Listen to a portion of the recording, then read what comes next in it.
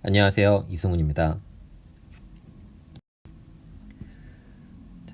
기체 화학 반응식이 주어져 있고요. 그 다음에 실험 장치가 주어져 있네요. 실험의 내용은 뭔가 봤더니 콕을 열어서 기체의 일부를 진공 용기로 분출시킨 다음에 닫아버려요. 그러면 이제 요 용기 다에 A랑 B가 섞여서 들어왔겠네요. 그 상태에서 압력이 P였다. 요거 둘이 합쳐서 P. 그 다음에 반응을 해요. 반응을 하면 어떤 나중 상태가 생겼을 텐데 이 상태에서 압력이 0.8P가 되었다. 이렇게 주어져 있고요. 그 다음에 전체 중에 C의 질량을 계산해라. 그러면 질량을 계산하려면 몰수와 몰질량을 알아야 되는 거죠. 일단 체크해야 될 거 분자량을 찾아야 되겠구나. 분자량이 뭐 어디 힌트가 있겠지. 다시 확인해 볼까요? 맨 앞에 써 있었어. 대체로 분자량이 써 있으면 이거는 첫 줄부터 이건 중요한 정보예요. 확인을 반드시 하셔야 돼요. 분자량이 B가 크다. 일단은 뭐 숫자로 얼마인지는 모르겠지만 B가 크다인 거죠. 그거까지만 체크를 해둘게요. 그 다음에 실린더 분출 과정에서 실린더로 기체의 유입은 없다. 이건 무슨 말이냐면 A가 빠져나오면 이쪽으로 거슬러서 올라가지 않는다는 거예요. 실린더로 이 위쪽으로 들어가는 기체는 없다는 거죠. 그러니까 여기에 있는 AB, 초기 상태의 AB는 뭐랑 똑같은 거냐면 AB의 초기 몰수가 뭐랑 똑같을 거냐면 누가 더 분출을 잘하느냐에 따라 달라지는 거죠. 분출을 많이 하면 처음에 몰수가 많았겠지. 거꾸로 거슬러 올라갔으니까 거슬러 올라가는 거 없으니까 정확하게 분출 속도와 초기 몰수가 비례할 거예요. 그랬을 때 계산해라 요겁니다. 자, 그러면 이제 지금 사건을 정리해 보면 처음에 분출을 해요. 그러면 이제 반응 전 초기 상태가 되는 거죠. 초기에 압력이 P. 그 다음에 반응을 해요. 나중에 압력이 0.8P. 그러면 요 분출이 누가 더 잘하냐에 따라서 처음에 몰수가 달라질 거고 한계 반응물이 달라지겠죠. 그거를 한번 계산해 볼게요. 그러면 분출 속도는 구멍. 지금은 여기서 이제 콕을 구멍이라고 생각하시면 되겠죠. 구멍을 통해서 빠져나가는 분자의 숫자예요. 그래서 어떻게 되냐면 콕에 단면적이 있을 거고 구멍이 커야 된다는 거지. 그 다음에 벽에 자주 부딪혀야 돼요. 충돌 빈도라고도 합니다. 충돌 빈도는 부피분의 몰수 곱하기 평균 운동 속력 이렇게 계산을 해요. 요만큼만을 묶어가지고 우리가 뭐라고 하냐면 충돌 빈도 벽면에 충돌하는 횟수라고도 한다는 거지.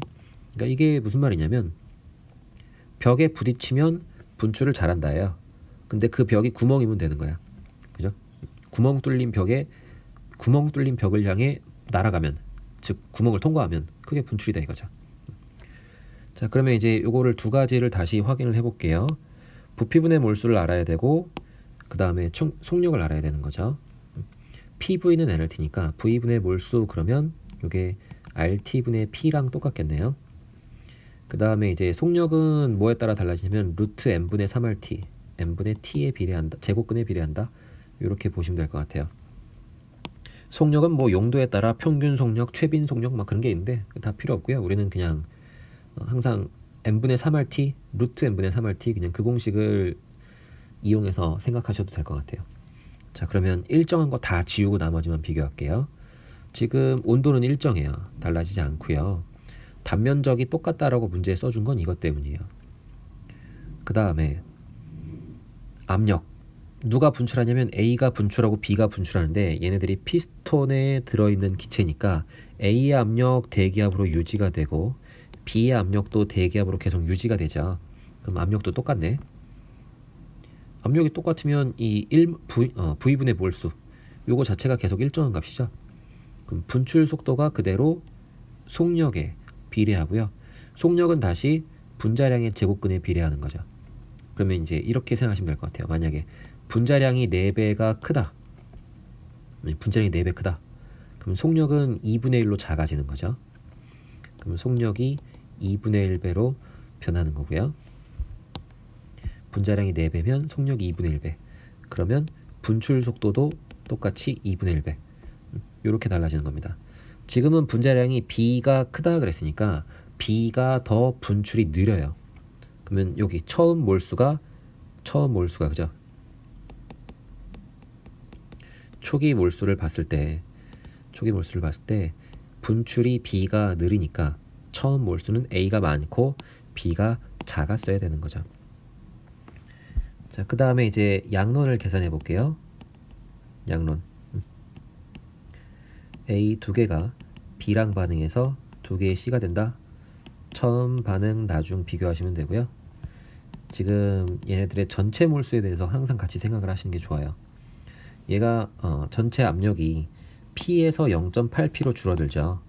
그러면 P에서 0.8P 요거를 비교해 봤을 때 PV나 NRT 중에 또 다시 뭐가 변하냐 이거지. 반응하는 동안 온도는 일정하고 용기의 부피는 다의 부피 일정하죠. 그러니까 압력이 달라지는 이유는 오직 몰수 때문이에요. 전체 압력이 P에서 0.8P니까 전체 몰수가 10대 8로 줄어든다 라고 생각하시면 될 것 같아요. 그러면 이제 초기 몰수가 A보다 큰 조건이 언제냐를 생각하면 되겠죠. 그 다음에 양론할 때 찾아야 되는 건 한계 반응물이고요. 그러면 얘가 개수비 빼기 EX 빼기 X 더하기 EX 반응하니까 요거 세 개 더해주면 전체 토탈 X만큼 줄어들어요. 그럼 X가 2예요. 누가 한계 반응물이지? 모르겠어요. 그죠? 둘 다 해볼게요. 만약에 여기서 시작하는 거예요. 만약에 A가 빵이라면 근거는 없어. 만약에 A가 한계 반응물이라면 거꾸로 거슬러 올라가서 계산해 볼게요. 그러면 X가 2니까 A가 처음에 4였을 거고 그 다음에 X가 2면 C는 4가 생겼을 거고 합쳐서 8 합쳐서 10이면 처음에 6 끝나고 4니까 X가 2에 딱 맞는 거죠. 요런 A가 한계 반응물이라면 이런 세팅이 나오는데 초기 상태가 어때요? 초기 상태가 A가 더 많아야 된다라는 조건에 안 맞죠. 이 틀린 조건이죠. 지금 요거랑 안 맞잖아. 그러니까 이게 아닌 거예요. A가 한계 반응물이면 안 돼요. 이렇게 해야 맞겠네요. B가 한계 반응물이어야 맞는 숫자가 나오는 거죠.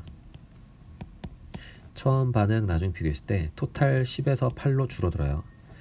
빼기 EX 빼기 X 더하기 EX니까 토탈 X만큼 줄어들고 X가 2인 건 똑같아. 그런데 B를 한계 반응물로 정해보자고요. B가 한계 반응물 빵이다. 여기서부터 거슬러 올라가서 계산을 해볼게요.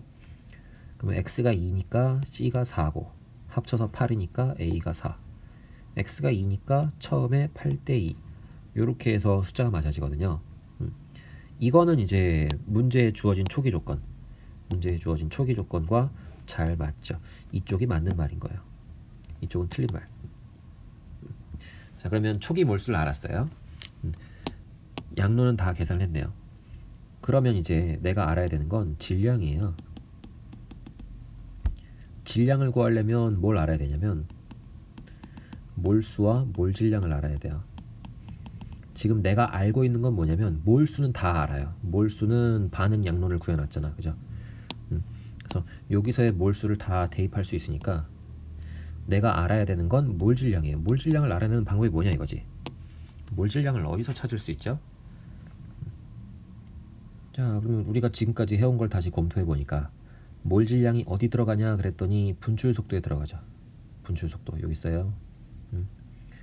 몰질량이 4배가 되면 분출 속도가 반으로 줄어든다며. 그죠? 그 다음에 분출 속도를 알 수 있는 건 어딨냐면 여기 있어요. 여기 초기 몰수가 분출 속도에 비례할 거라면서요. 그죠? 실린더로의 기체의 유입은 없으니까 초기 몰수가 분출 속도에 비례한다며. 자, 이렇게 합쳐 봅시다. 그러면 A, B가 있는데 초기에 그죠? 얘네들의 몰수가 4대 1이에요. 몰수가 4대 1이라는 건 얘네들이 분출 속도가 4대 1이라는 뜻이라고요. 구멍을 통해 빠져나온 분자의 숫자가 4배. 단면적이 똑같고 부피분의 몰수가 똑같으니까 충돌 빈도가 4배. 운동 속력이 4배. 그죠? 그러면 몰질량은 1대 16이 나왔어야 되는 거죠. 1대 16. 됐나요? 그러면 얘네들의 질량비를 분자량을 구해 볼게요. C의 분자량은 얼마냐 이거죠. C의 분자량. 얘가 반응식이 A 2개, B 하나 반응해서 2개의 C가 되는데 얘네들이 분자량이 1이고 16이라고 하자고. C의 분자량은 모르니까 이거를 그냥 제가 Y라고 할게요. 그러면 이제 얘네들의 질량을 계산하면 이쪽은 2몰이 반응하는데 개수가 2니까 2몰이 반응하는데 분자량이 1이니까 2g이라고 합시다. 이쪽은 B 하나가 반응하니까 질량이 16이에요. 이쪽은 C가 2개 반응하니까 질량이 2Y 나와야 돼요. 근데 질량은 보존되지 않나요? 반응 전 질량이랑 나중 질량이 같아야 되죠. 그럼 Y가 얼마야 이게? 합쳐서 18 나와야 되니까 C의 몰 질량은 9가 되는 거죠. C의 몰 질량. 됐죠? 그러면 이제 실제로 질량을 계산해 볼게요.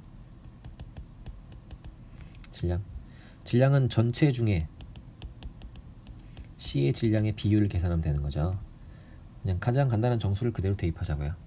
제가 어디다가 대입할 거냐면 요 분자량 1과 Y, 1과 9라는 분자량을 여기다가 대입할 거예요. A가 4몰, C가 4몰, 합쳐서 8몰. 그러면 A가 4몰이면 질량으로 4g이고요. C가 4몰이면 질량으로 4하고 36g. 그 중에 C가 36g 이렇게 되는 거죠.